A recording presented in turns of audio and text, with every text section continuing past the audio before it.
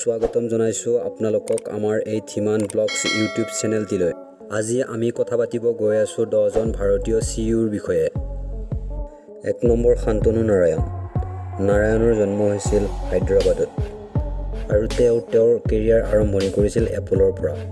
তেওঁ 1998 চনত এডোবেত জইন কৰে আৰু 2007 চনত তেওঁক সিইও হিচাপে নিযুক্তি দিয়া হয়।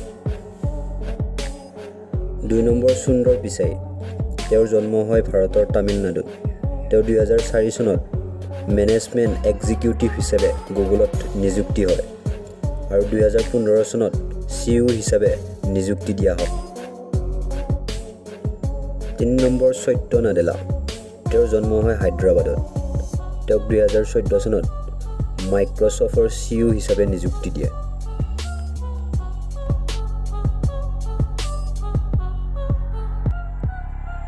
4 নম্বৰ সঞ্জয় মেহৰোত্ৰা। তেওঁ কানপুৰত জন্মগ্ৰহণ কৰিছিল।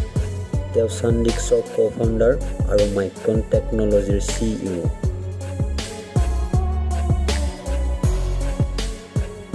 5 নম্বৰ সঞ্জয় ঝা। তেওঁ জন্ম হয় বিহাৰৰ ভাগলপুৰত।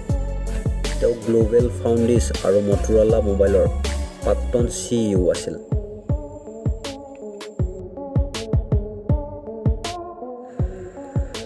6 নম্বৰ ৰাজীৱ সুৰী। ৰাজীৱ সুৰী নকিয়া কোম্পানীৰ সিইও আৰু বিজনেছ এক্সিকিউটিভ হয়।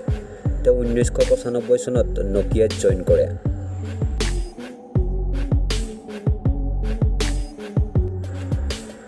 7 নম্বৰ জিয়ৰ্গী কুৰিয়ান। তেওঁ কেৰালাত জন্মগ্ৰহণ কৰে। তেওঁ 2015 চনত নেটাপছৰ সিইও আৰু প্ৰেছিডেণ্ট হিচাপে নিযুক্তি পায়। 8 নম্বৰ ফ্ৰান্সিস্কো ডিচুজা।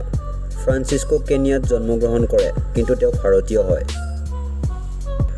তেওঁ ছফ্টৱেৰ খণ্ডত নিযুক্তি হোৱা সবাতোকৈ ইয়ং সিইও আছিল। 9 নম্বৰ দীনেশ পালিৱাল। দীনেশ পালিৱাল উত্তৰ প্ৰদেশৰ আগ্ৰাত জন্মগ্ৰহণ কৰে। তেওঁ হাৰমেন ইণ্টাৰনেশ্যনেলৰ প্ৰেছিডেণ্ট আৰু সিইও আছিল। 10 নম্বৰ নিকেশ আৰোৰা। নিকেশ আৰোৰা 2018 চনত পলো এল্টো নেটৱৰ্কছৰ সিইও আৰু চেয়াৰমেন হিচাপে নিযুক্তি হয়।